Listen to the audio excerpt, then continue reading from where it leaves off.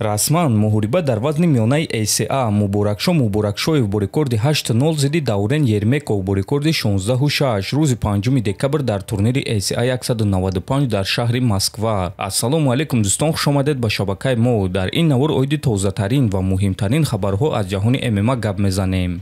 дӯстон, агар ба шумо ё шиносои шумо гузаштани граница дар кор бошад, пас мо ба шумо дӯстони худ Акай Умед ва Акай Ғуломро тавсия медиҳем. Ин дӯстони мо аллакай тӯли чанд сол мешавад ки дар хизмати мардуманд ва дар ин соҳа таҷрибаи калон доранд. Шуморо шофёрҳои таҷрибадор бо мошинҳои худ бароҳат ба граница бурда меоранд. Барои ҳамин худи ҳозир ба номерҳои дар рӯекран буда занг занед ва бо ин дӯстони мо граница гузашта ҳуҷҷатҳои худро хуб кунед. Роҳи сафед.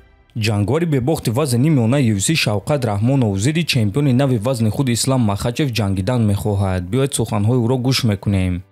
ман дар муҳорибаи навбатии худ барои камарбанд ҷангидан мехоҳам, лекин Ислам моҳҳои феврал ё март намеҷангад. Бо эҳтимоли калон ӯ камарбанди худро тақрибан моҳҳои апрел ё май ҳимоя мекунад. Албатта агар ки ман бо Ислам дар муҳорибаи навбатии худ ҷангум, пас ман барои ин муҳориба тайёрам. Ман бояд ки барои камарбанд меҷангидам, лекин сабаби ҷиддие буд ки ман аз муҳорибаи унвонӣ отказ кардам, лекин онҳо ба ман дар оянда муҳорибаи унвонӣ ваъда доданд. Аммо агар ман бояд ки боз муҳориба гузаронам то ин ки ба ман муҳорибаи унвонӣ диҳанд, пас ман ин корро бе ягон проблема мекунам. Ман боз исбот карда метавонам ки довталаби ҳаққонии рақами якам. Дар чунин ҳолат барои ман муҳорибаи шавқовар зидди Камару Усман аст, лекин ман боварӣ надорам ки ӯ барои ҷанг зидди ман розӣ мешавад. Дар гузашта ӯ аз муҳориба зидди ман отказ карда буд, гуфтааст Раҳмонов. Ва дӯстон, хотиррасон мекунам ки Шавқат Раҳмонов дар ҳақиқат бояд ки барои камарбанд зидди Билол Муҳаммад меҷангид, аммо ӯ осеби вазнин гирифта ҷарроҳӣ гузаронид ва ба ҷои ӯ ба муҳориба зидди Билол Муҳаммад Ҷек Дела Мадалена баромад ва ғолиб шуда чемпион шуд. Акнун Шавқат худро барқарор кардааст ва барои муҳориба зидди чемпион Ислам Махачев омода аст. худи чемпион бошад оиди вазъият дар дивизионаш чунин суханҳо гуфт.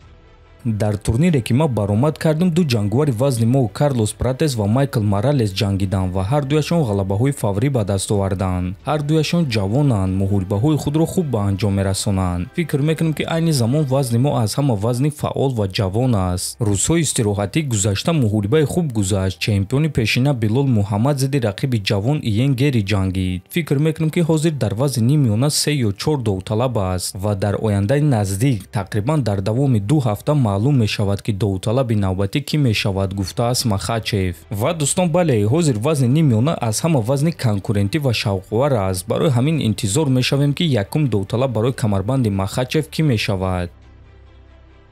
чемпиони пешинаи вазни 61 кг UFC Шон Омели боварӣ надорад ки муҳориба байни Илия Топурия ва Арман Царукян баргузор мегардад.